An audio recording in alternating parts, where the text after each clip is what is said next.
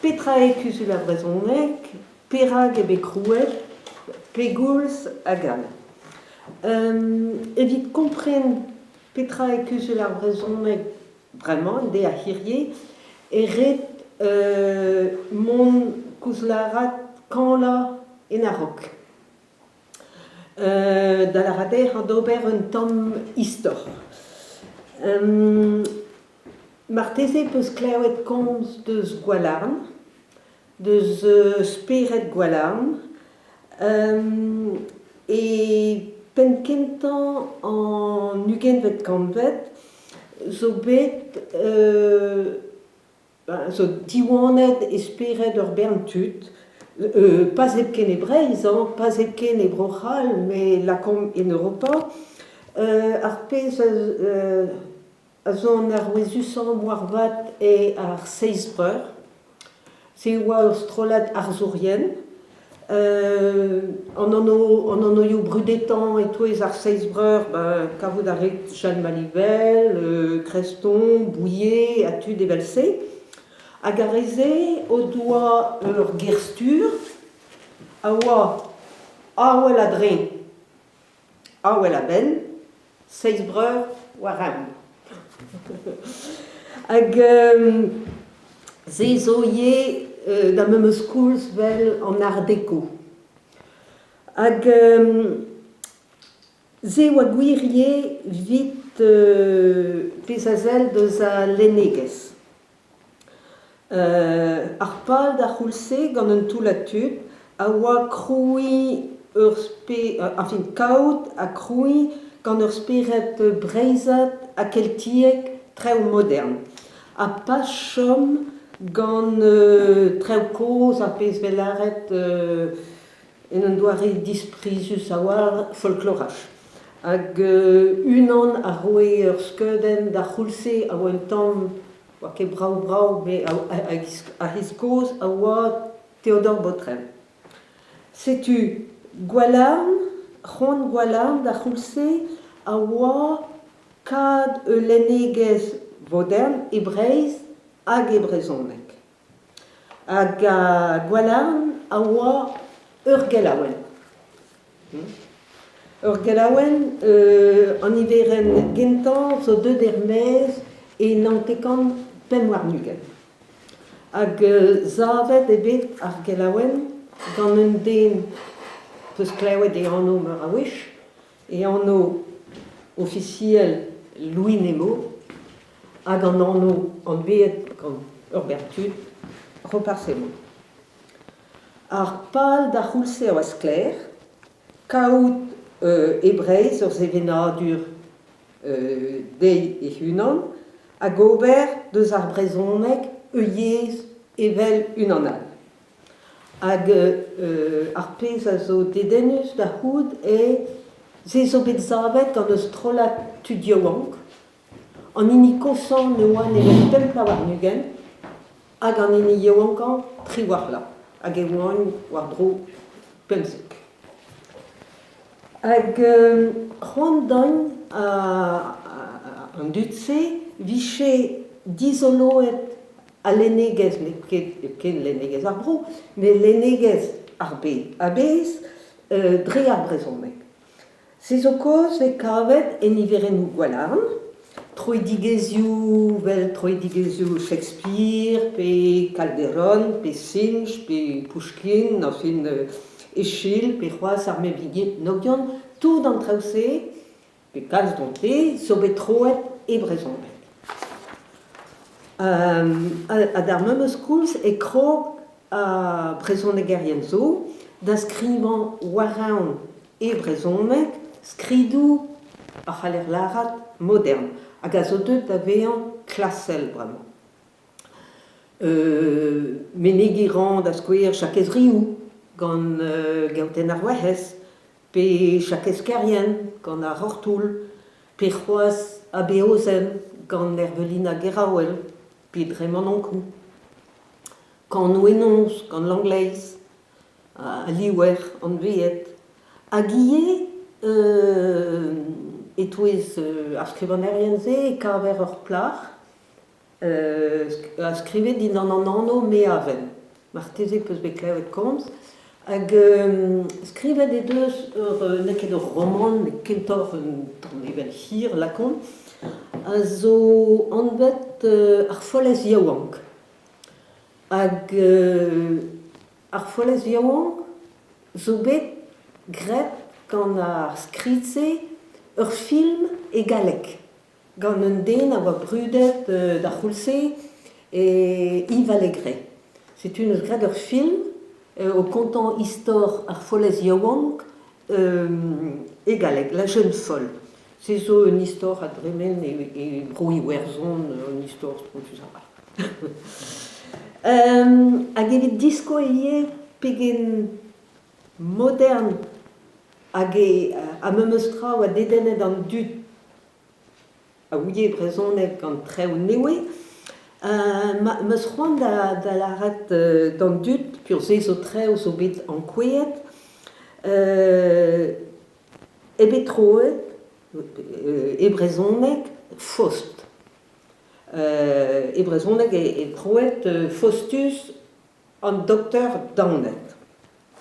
Se zo pez c'hoari a orin a lamant, me bet skrivet gant ur zoz, brudet Marlowe, hag e c'hwezek vet kanvet, hag anvet The Tragical History of Dr. Faustus, hag piou a c'hoaz, hiriande, e bet c'hoaet ar pez c'hoarize evit ar wech kentan e l'annuon e eis a tregon. Gant aktourien deus l'annuon a deus kaltiek bear. A ne nemet deglagoude e naou a dougen e bet c'hoaet evit ar wech kentan e galek. An a zo bet gwern las, bern bruderez e Paris, pa e bet c'hoaet la tragique histoire du docteur Faust, zo bet komzet spontus de se e naou a dougen e Paris, hag galrer len barz ar gelaouenn Le Figaro, nous verrons ainsi pour la première fois en France Faust de Marlowe, alors qu'il a été joué de nombreuses fois dans d'autres pays. Guirer a l'air là. Disko emañ eus proal, Poutine, François, ne va dîner pour une dizaine.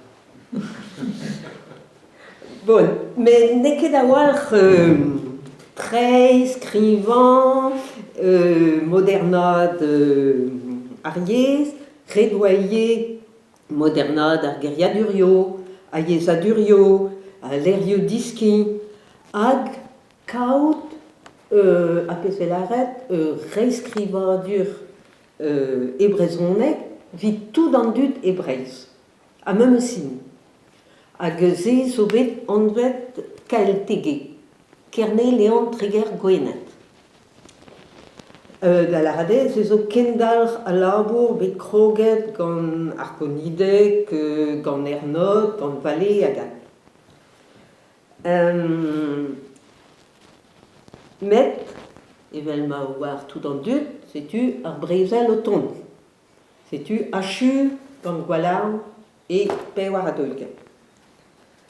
Mat, achu ar brezel, a krog an dud da stourm evit ar yez. Met a lans bras lakom a oa a rogar brezel zo bet torret. Bern treo zo c'hoarveet pad ar brezel, hag e oaie ur bern treo da had zevel vit had lakat ar brezonek vue e kevredigezel. Hag da c'houlse e kol ar brezonek tachen pugran dud ne disken keken pe ne gomsen keken brezonek do bugale. Goude ar brezel aze e krog da vat an treo da vont war diskal, hag ar galek a gemerkas meur a bouez. Hag marteze peus klev a die penons komzet bet eus se gwech an amzer c'hoaz, e un ar c'hanterkan zo bet votet de lezen en fait, les indexons. Hag les indexons a roe à arguir da gelen yezo, non la fin yezo bien gohal, erskolio public.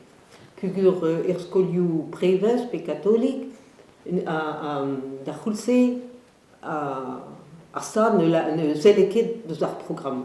Pas la dose me sera. C'est-tu et à l'ézen azo kemenment azo tout instituteur qui en fera la demande pourra être autorisé à consacrer chaque semaine 1 heure d'activité dirigée à l'enseignement de notions élémentaires de lecture et d'écriture du parler local et à l'étude de morceaux choisis de la littérature correspondante. Cet enseignement est facultatif pour les élèves. Les maîtres seront autorisés à choisir sur une liste dressée par le recteur de leur académie les ouvrages qui, placés dans les bibliothèques scolaires, permettront de faire connaître aux élèves les richesses culturelles et le folklore de la région. Sais-tu, Arpe souscrivent par Alezen Dexon. C'est ce guir vide à scolio public. A Petra Zohariet, sais-tu, ministreres en descadures da Hulse, au Tiba, et c'est ouais, Pemachanterkan, Milaran Pemachanterkan, au Tiba, rescrivadur newe, à Zobedandvet Skolveriek, hag Zobet Iginet da Hulse, Gan Chaloni, et Proléon, den Chaloni en vet Falfi.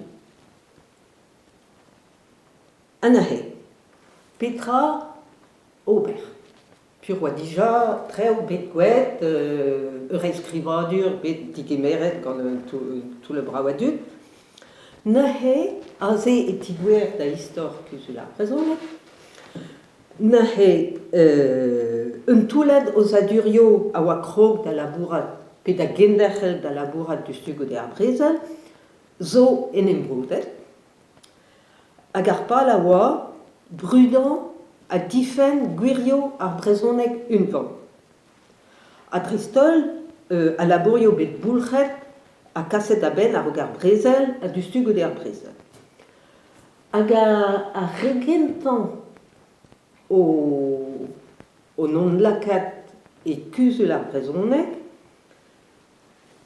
en de la radar, en oiouzon en veillet beaupré vraiment, peus alian, skolober, ur gelaouen neus ket ken dianti an ved ar vro, neus ket ken a chuede pe ar sekatrugen, zo ar gelaouen hor yez a zo beaupré dianti, oa ar gelaouen bareol, a oa gelaouen person bulien an oa ekichen a zo paouezet e seit e gatrugen, oa ar gelaouen skol, oa ar gelaouen vid ar bugale oa nik a wenik, oa mouladurio ar Bible, oa kam ar brezon de gerien a zo c'hoaz, bepla, et vraiment et Castelline, hag oa skour breiz a c'hendal keltiek.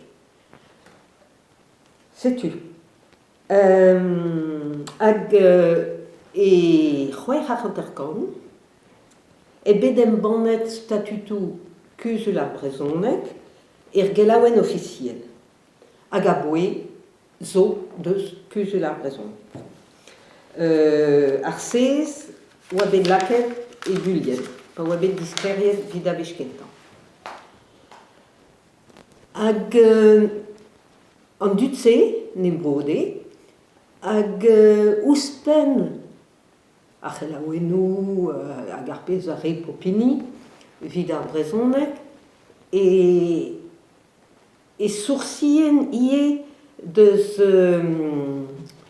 penaos la varfen, deus brudant ar pez a ren, met ie da stourm, hag da skouer kas a ren menadou d'ar politikerien, d'ar c'helaoueno, hag al. C'est-tu d'Achulse, j'ai cassette urbain lisero. Vraiment, toutes ces sur Internet, là, d'Achulse, ou lisero. Et now à Hanterkamp, tout en isili, à Wabodet et Carrez, Vido, Embot, que Pegos, Vichenewen, au deux laret Kemenman, à Gazo à Bouez, Pugur Megafti, Déglatri, Ugalgoudé, et Tost, nous demandons chez des bêtes. C'est-tu. En isili, c'est-tu arpé sur deux cassettes scrivet à cassette d'arbolitique coréenne à Dahelaweno. Isili culzular brezondé, bodet et misébrel nao à Hanterkamp. A zavi voez, eneb armenat da zizranan naonet jusper es brez. Donc, près même ça. En isili, à ziskler, au deux brezis, arguir didorus, da viru doyez, a da greski pin vidiges oleneges a goars.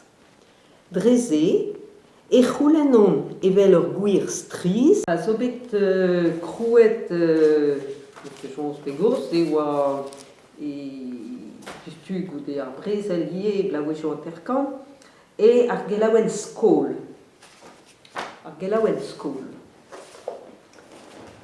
Gelaouenn evelen, Ronéo scrivet, Ninke Brau, met, et son moi de skridou evelse, et vite, kat danve, vite, overskol. Hag marteze peus klaouet larat, et Peter Blau, aussi. Seiz a Hanterkamp, naïs a Hanterkamp, so bet dioret ur skol, breves, et ploueg ar mour. Gant ur beleg, an vet kalve. Da c'houlse oa ket c'hoaz a lezeno evit kaout programo, memeus programo, eskolio publik hag eskolioan. Neuze a halveze na divizet digeri ur skol l'er ma viché kouzaat peptra e brezhoneg. A ze neus padet peur a blau ar dro. Betek un a triugen, hag un a triugen so bet lezeno brochal o larat. Ya, setu o larat programmou, ni diviz petar e programmou vo bato da skol.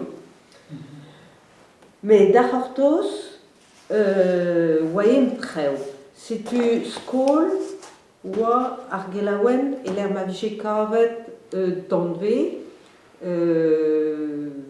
rimadelo vid ar vugale, douar an niez, petra penons viché kelenet ur yezal bar broio biennal, evel e bro friz pe e bro gemre, avec kavet tout ze dans ar gelaouenn skol. Hag a sanez gant ar gelaouenn skol, kalve na krouedie, c'hwez ar c'hoz o gampe, ur gelaouenn vid ar vugale, roannik a welik. Gaz a gelaouenn ze, ve kavet penado vid ar vugale a c'haleiie kas skrido bien, a vije en bornet gouder gelaouenn, hag bet gwech vije en doare banden preset vid ar vugale, l'osber an orno, hag e oa ket liou, da skouer an iverenman, iveren daou a tregon, ar pen a digeri zo diwar ben Schweitzer, an doktor Albert Schweitzer. Petu ar vugale a c'hellen len penado, diwar ben a bep sortralo, e brezhoneg. Hag an outro kalveze a brene dreistol an treumant redouade an prenanzet, evit galout emban, setu prenan a re a bandenouze, dreistol e bro lamb. E lake goude brezhoneg dindan. In tiore an kresadeno hag e lake kresadeno. Wennig goude maro kalve so kendal ret pugur wakro goude skolio diwan hag o doa c'hoant ie da gad ur gelaouenn vid ar gale, setu an anno wennig a wennig so bet miret pa de tout la blaouech o goude. Pas pelker, men tout la. Setu, wennig a wennig skol, a ya hag skol zo chomati e goude, met en un doa real. Na he goude maro a c'halve, a skol zo bet kemeret an un den peus klevet komz diwar ben e gwenole armen. A gwenole armen a oa klasker, furcher, prestol war skridou kouz. Hag he a embanne geryon brau, keinet, skridou kouz, a vid diskouedar da skouer, prestol vid tom maman e ma da hout, en eus embannet an desten gentan skrivet e yez treger. A zo eus a 1400 an travenak. Hag a Jean Kadek, Jan Kadek, a oa deus pleuzal. Hag gwenolemen eus hatem bannet ze, pugur ne chome ken, nemet ur skouerem. Hag un an all bet at skrivet goude, so bet kavet e Quimper. Setu lerioù skol a zo deut a vean lerioù studi war dielou koz treistol. Skol, tu ur gevredig eval,